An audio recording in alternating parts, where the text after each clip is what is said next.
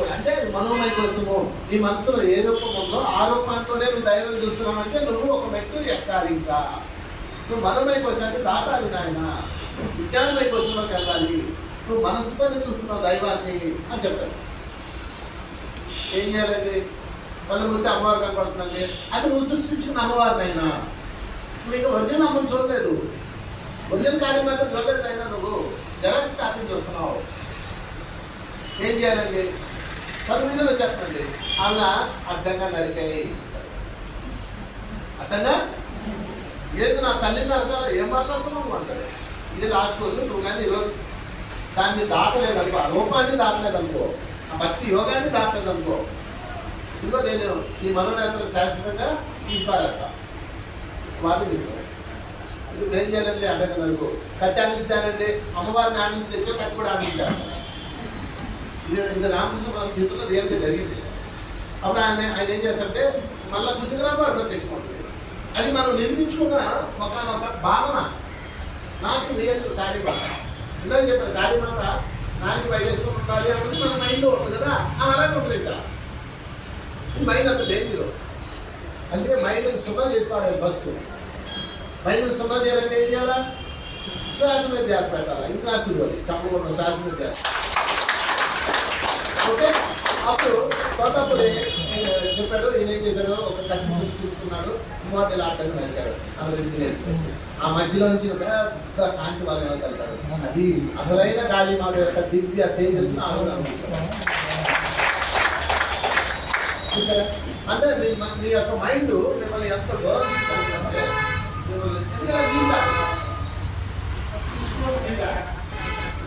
ఎన్నో వేల సంవత్సరాల క్రితం ఎవరో వేసారు ఎలా ఉంటారు.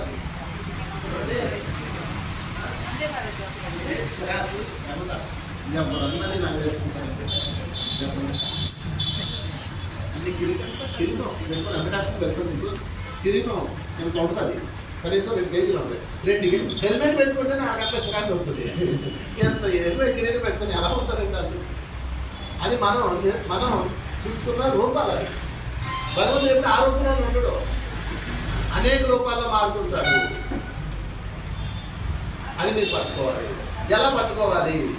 అప్పుడు మీరు ఏం చేయాలంటే సాధనలో ముందుకెళ్ళాలి, మనసును శుద్ధం చేయాలి. మీకు ఏమేమి ఉంటాయో చెప్తాను, చెప్పండి. అప్పుడు అన్నమయ కోసము, ప్రాణమయ కోసము, మనోమయ కోసం.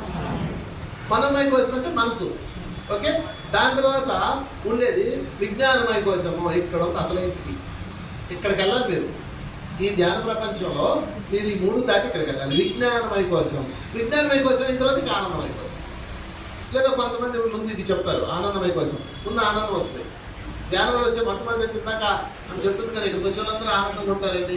ఎందుకుంటారు? ఇక్కడ ఏముంటుంది కదా, హాయిగా అన్ని వదిలేసాం, మనసు దాటాం కదా, ఆనందంగా ఉంటారు. ప్రాపంచిక ఆలోచనలు, ప్రాపంచిక మాటలు వెళ్ళలేవు కదా, ఆనందంగా ఉంటారు. అది విజ్ఞానమయ కోసం దారి. ఈ ఆనందం దాటిన తర్వాత అసలు స్టార్ట్ అవుతుంది విజ్ఞానము. అందుకే ధ్యానంలోకి వచ్చిన చాలా మందికి ఆరోగ్యం వస్తే ఆనందం ఉంటారు. అంత అయిపోయింది కాదు. కొంతమంది ఎంజాయ్మెంట్ వైపు వెళ్తారు, కొంతమంది ధనం వైపు వెళ్తారు, కీర్తి, కాంతం, కనకం ఇవన్నీ వచ్చేస్తాయి ఆధ్యాత్మంలోకి వచ్చాక. అక్కడికి ఆగిపోతారు. ఇది కాదు నాకు కావాల్సింది, నాకు కావాల్సిన విజ్ఞానము అక్కడికి వెళ్ళాలి. ఎన్లైటన్మెంట్ అక్కడికి వెళ్ళాలి. వెళ్ళాలంటే ఇంకొంచెం సాధన పెంచాలి, ఇంకొంచెం సత్సంగాలు పెంచాలి, ఇంకొంచెం అన్వేషణ పెంచాలి. ఇవన్నీ చేసుకుంటే వెళ్ళాలి. అప్పుడు మీరు జ్ఞానయోగంలో నుంచి రాజయోగంలోకి ఎంటర్ అయిపోతారు. 4వ యోగం చెప్పకూడదు, రాజయోగం. మనం ఎక్కడున్నాము నాకు తెలిసింది. అందరూ ఎక్కడున్నారంటే, అంటే ఎవరెవరు ఎక్కడ ఉన్నారో నాకు తెలియదు, కానీ దాదాపు చెప్తాను. భక్తి యోగం అయిపోయింది, భక్తి యోగం శ్రమ అయిపోయింది. ఇంకెన్నిసార్లు చూస్తారులే, సార్లే. దేవుడేమో అనుకోడు, కంగారు పడకండి. నువ్వు పూజ చేయకపోతే ఆయన సెలవుడు, నువ్వు పూజ చేయకపోతే ఆయన ఏమనుకో.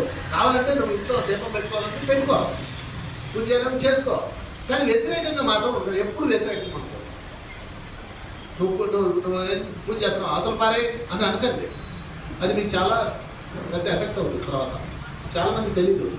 ఒక కలిగిన ఎప్పుడు నాశనం చేయకూడదు, దానికి మీరు జవాబుదారి అవ్వాలి.